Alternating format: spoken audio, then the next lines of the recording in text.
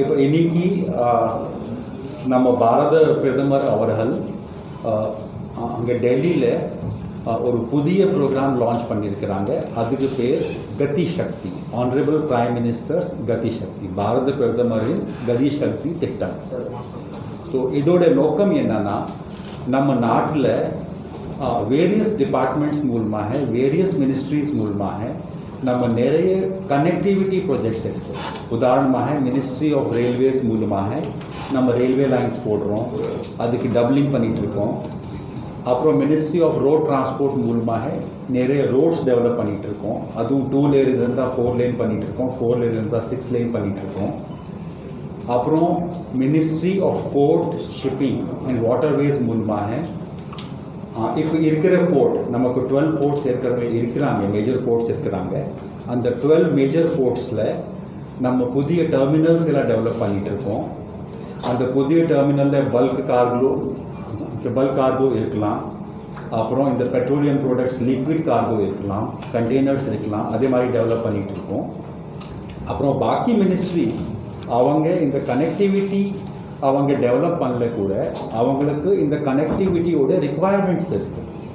இப்போ உதாரணமாக நம்ம பார்த்தா டெக்ஸ்டைல் மினிஸ்ட்ரி மூலமாக அவங்க டெக்ஸ்டைல் பார்க்ஸ் டெவலப் பண்ணுறாங்க. அப்புறம் இந்த ministry of electronics and information technology, நம்ம மீட்டி சொல்லுவோம், அந்த ministry of electronics and information technology மூலமாக அவங்க எலக்ட்ரானிக் பார்க்ஸ் டெவலப் பண்ணுறாங்க, ஐடி பார்க்ஸ் டெவலப் பண்ணுறாங்க.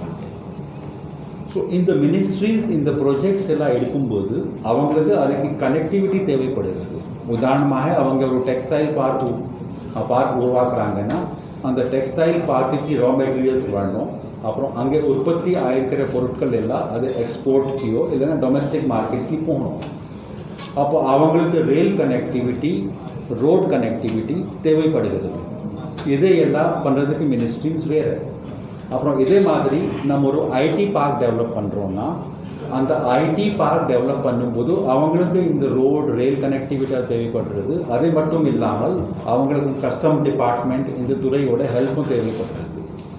ஸோ இன்னைக்கு இந்த ஆனரபிள் பிரைம் மினிஸ்டர்ஸ் கதி சக்தி ப்ரோக்ராமில் ஒரு காமன் போர்ட்டல் டெவலப் பண்ணுறோம். இப்போ எங்கள் மினிஸ்ட்ரியில் கூட, மினிஸ்ட்ரி ஆஃப் போர்ட், ஷிப்பிங், வாட்டர்வேஸில் கூட அவங்க எல்லா டீட்டெயில்ஸ் எங்ககிட்ட வாங்கியிருக்காங்க.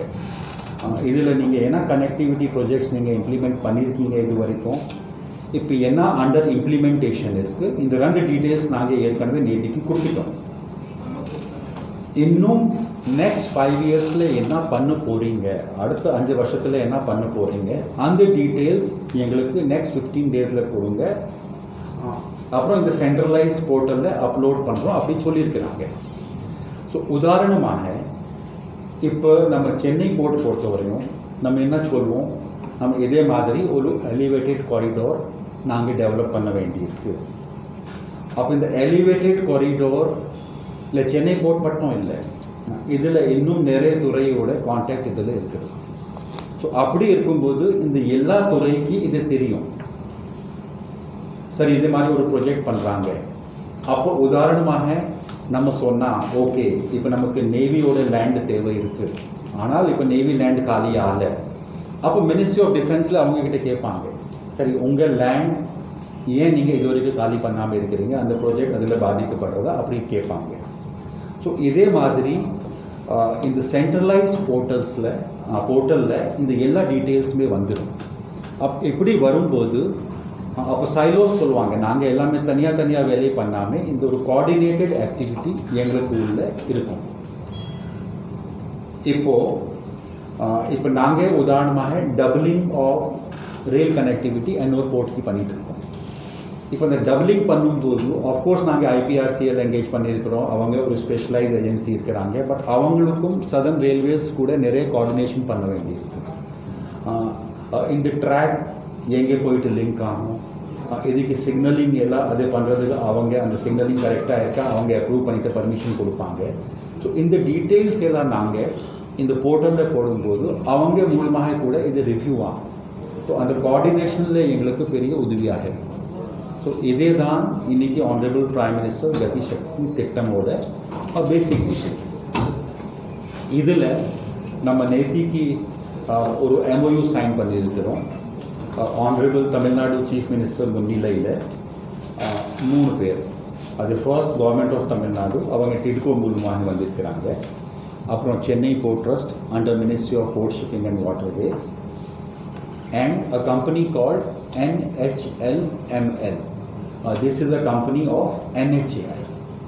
ஸோ இந்த 3 பேர் சேர்த்து எங்கேருந்து கிட்டத்தட்ட 50 கிலோமீட்டரில் மப்பேடுள்ள ஒரு multi modal logistic park develop பண்ணுறோம்.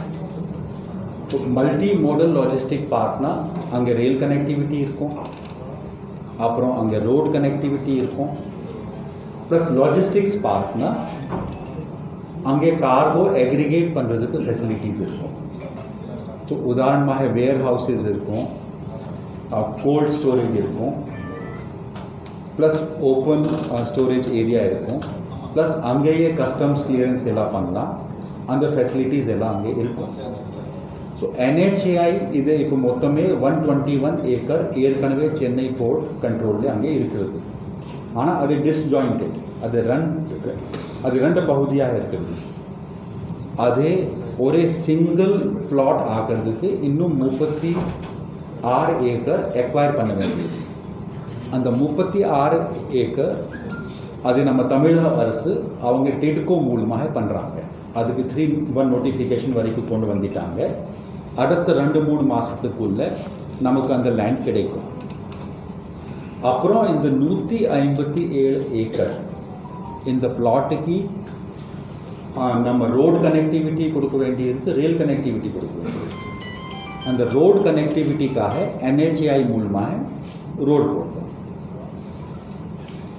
அப்புறம் ரயில் விகாஸ் நிகம் லிமிடெட் RVNL அவங்க மூலமாக ரயில்வே ட்ராக், அந்த டிஸ்கஷன்ஸ் இப்போ நடந்துட்டு இருக்கு, ரொம்ப அட்வான்ஸ் ஸ்டேஜில் இருக்குது. அவங்களும் இதில் ஈக்விட்டியும் எடுக்க போகிறாங்க. அப்போ அவங்க அந்த ரயில் லைன் இதில் போடுவாங்க. ஸோ இந்த SPV அந்த ஸ்பெஷல் பர்பஸ் வெஹிக்கல் இதில் 4 பார்ட்னர்ஸ் இருக்கிறாங்க. ஃபர்ஸ்ட் சென்னை போர்ட், அப்புறம் கவர்மெண்ட் ஆஃப் தமிழ்நாடு டிட்கோ மூலமாக, அப்புறம் NHLML மூலமாக NHAI, அப்புறம் RVNL மூலமாக இந்தியன் ரயில்வேஸ். இந்த 4 பேரோட ஈக்விட்டி இருக்கும் இந்த SPVயில். SPVயில் நம்ம இந்த லேண்ட் கொடுத்துருவோம், ப்ளஸ் கனெக்டிவிட்டிஸ் கொடுத்துருவோம். அந்த ப்ரைவேட் பார்ட்னர் இப்போ ஒரு மாடல் கன்செஷன் அக்ரிமெண்ட் கூட இதுக்காக அப்ரூவ் ஆகிடும். அந்த மாடல் கன்செஷன் அக்ரிமெண்ட் ஒரு PPP அந்த பிட்ஸ் இன்வைட் பண்ணிவிட்டு ஒரு ப்ரைவேட் பார்ட்னர்